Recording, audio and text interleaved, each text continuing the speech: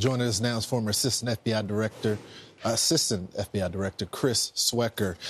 Chris, thanks so much for joining the program. The first thing that comes to mind is what cracks in the system potentially happen, given the amount of technology that he used. He had a presence on social media that he talked about, his hate for the country and his commitment to ISIS. You see that he's using these glasses, although he wasn't connected to the live stream.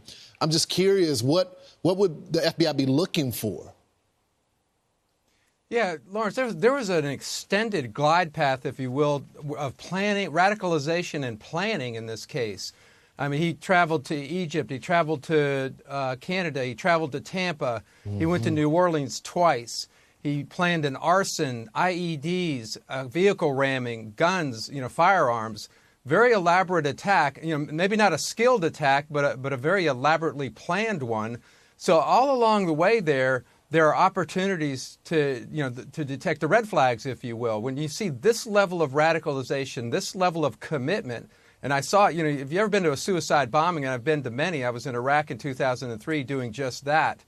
What strikes you is that level of commitment, willing to kill yourself and desiring to kill others, even innocents, children, women, innocent people who you have nothing against personally.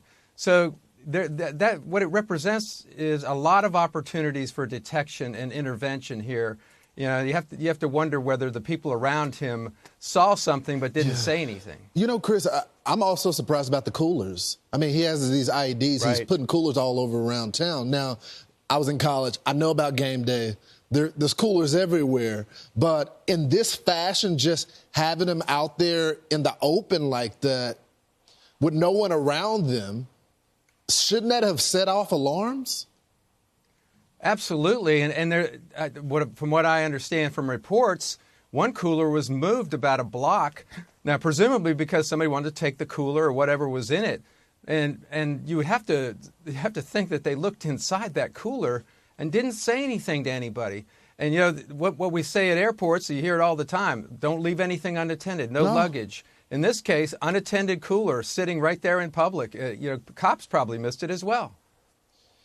I'm just convinced that our head wasn't on a swivel and we weren't prepared for something like this. And I think, not to be critical of law enforcement, but I think us as a country, the farther away we get from 9/11, our suspicion level is not the same. Yes. Hopefully that changes now. I know a lot of people in the intel community like yourself have been screaming that for a while. Chris Swecker, thanks so much for joining us. Thank you.